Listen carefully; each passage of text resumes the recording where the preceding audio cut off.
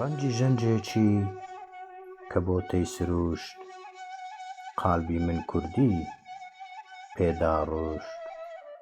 خۆ تاکو دەمرم لێم نابێتەوە، کەواتە واتەی چیم لێ بێتەوە.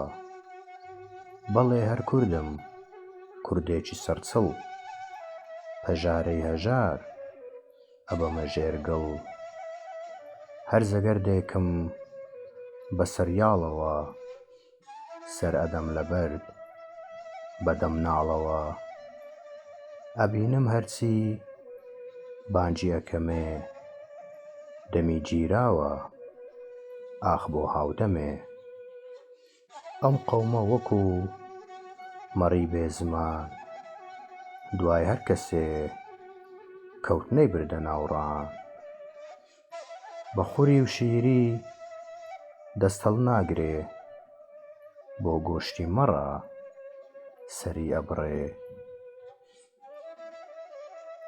ئێستا دەستەیەک پەیدا بوون غەیبین، کە دەنگیان هەیە و ڕەنگیان نابینین. کەوتوونە خولیای باڵا-پەروازی، بە ڕیشی بابا کەوتوونە بازی. بە باڵی خەیاڵ بە لاف و گەزاف، هەڵمان ئەفڕێنن بۆ سەر کێوی قاف.